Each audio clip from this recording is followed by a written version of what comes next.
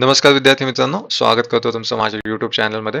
नुकतीच कंबाईन पूर्व परीक्षा गट ब 2026 ची फायनल आन्सर की आयोगाने प्रसिद्ध केलेली आहे आणि यामध्ये थोडेसे चेंजेस झालेत.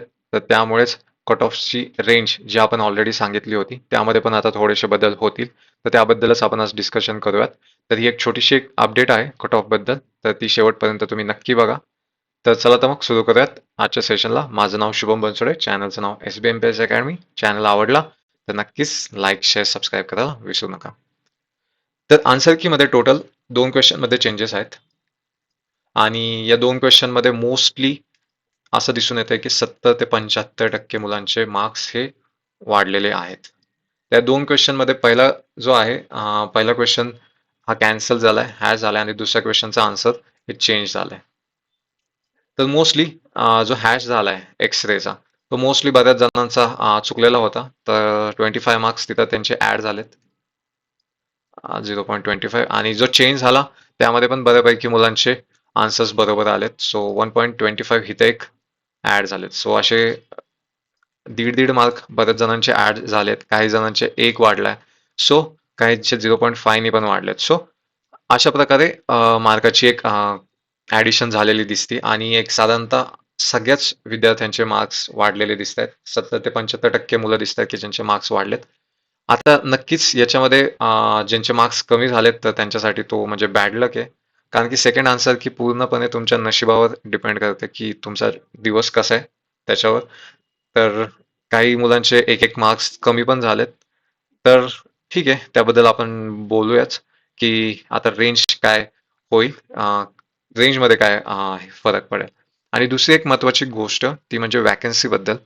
तर वॅकन्सी बद्दल असं वाटत होतं की ASOच्या फक्त सिंगल डिजिटच आकडा होता आणि STIचा जो होता तो पण काहीतरी वाढेल असं वाटत होतं. कारण की ASO लास्ट टाइम पण 2025 साली पण सिंगल डिजिटच आकडा होता. सो यामध्ये ॲडिशनल होईल असं एक आशा होती आणि STI मध्ये पण ऑलरेडी जागा भरपूर रिक्त आहेत. सो ह्याच्यामध्ये पण एक जागा वाढतील असं वाटत होतं आणि या दोघांच्या जागा मिळून एक 100 जागा वाढतील एक असं चान्सेस दिसत होते.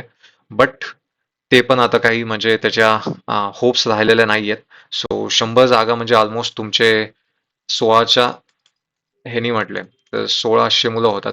तर 1600 मुलं आता कमी घेतली जाणार. तर 1600 मुलं म्हणजेच एक तुमच्या दीड मार्कचा इम्पॅक्ट कट ऑफवर नक्कीच होणार. तर तर या दोन गोष्टी म्हणजे कट ऑफ वाढण्याच्या दृष्टिकोनातून एक अनुकूल परिस्थितीमध्ये गेल्यात की पहिली गोष्ट म्हणजे एकतर बऱ्याच लोकांचे मार्क्स हे वाढलेत. मोस्ट लोकांचे मार्क्स वाढलेत आणि दुसरी गोष्ट म्हणजे जागा वाढायचे चान्सेस आता काहीच नाहीयेत. जे STIच्या आणि ASOच्या मिळून काहीतरी 100-150 असे वाढतील असे चान्सेस होते, पण त्याचे पण आता काहीच म्हणजे अपेक्षा काहीच राहिलेल्या नाहीयेत त्याच्या. सो आता जे आहेत 592 जागा टोटल आहेत, तर त्याच फायनल राहतील. तर यावरूनच आता कट ऑफची रेंज पण एक डिसाईड करू. लास्ट टाइम आपण व्हिडिओमध्ये कट ऑफची रेंज मेलसाठी 47 प्लस मायनस 1.5 ही सांगितली होती आणि फिमेलची 45 प्लस मायनस 1.5 ही सांगितली होती. तर आता एक 2 ते 2.5 मार्कांचा याच्यावर फरक पडणार आहे आणि नवीन जी रेंज होतीये, सो नवीन रेंज जी असेल ती 50 प्लस मायनस 1 ही मी म्हणजे कन्सिडर करून चाललोय किंवा मी तुम्हाला सजेस्ट करेल आणि लेडीजची जी असेल ती 47 प्लस मायनस 1. तर ही फिमेलची कट ऑफची रेंज असेल असं मला वाटतं.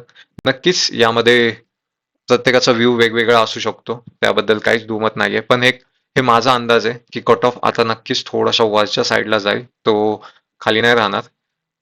कारण की 2 मोठ्या गोष्टी आता इम्पॅक्ट ठरतील. एक तर सेकंड आन्सर की आणि दुसरी म्हणजे जागांच्या बद्दल काहीच म्हणजे आता होप्स नाहीयेत. सो कट ऑफ हा थोडासा वरच्या साईडला जाईल. तर मेलसाठी 50 प्लस मायनस 1 आणि फिमेलसाठी 47 प्लस मायनस 1. याच्यापेक्षा कट ऑफ जास्तही जाऊ शकतो. चान्सेस आहेत, पण खूप जास्त जाईल असं मला वाटत नाही. जर इन केस 52-53 जर कट ऑफ गेला, तर मित्रांनो सिरियसली मग मार्केटमध्ये खूप जास्त कॉम्पिटिशन वाढलंय. कारण की पेपर हा अवघड असून पण जर 53 वगैरे जर कट ऑफ येत असेल, तर मग तुम्हाला सिरियसली जे 40 ते 50 या रेंजमध्ये जी मुलं आहेत त्यांना सिरियसली अभ्यासावर स्ट्रॉंगली लक्ष केंद्रित करावं लागेल आणि येणाऱ्या एक्झामसाठी म्हणजे तेवढं स्ट्रॉंगली प्रिपेअर राहावं लागेल. तरच म्हणजे तुम्ही भविष्यामध्ये 55 किंवा 60च्या वरती जाऊ शकता. सो ही एक छोटीशी अपडेट होती. तर नक्कीच व्हिडिओ आवडला तर सबस्क्राईब करायला विसरू नका आणि तुम्हाला येणाऱ्या परीक्षेसाठी खूप शुभेच्छा. धन्यवाद.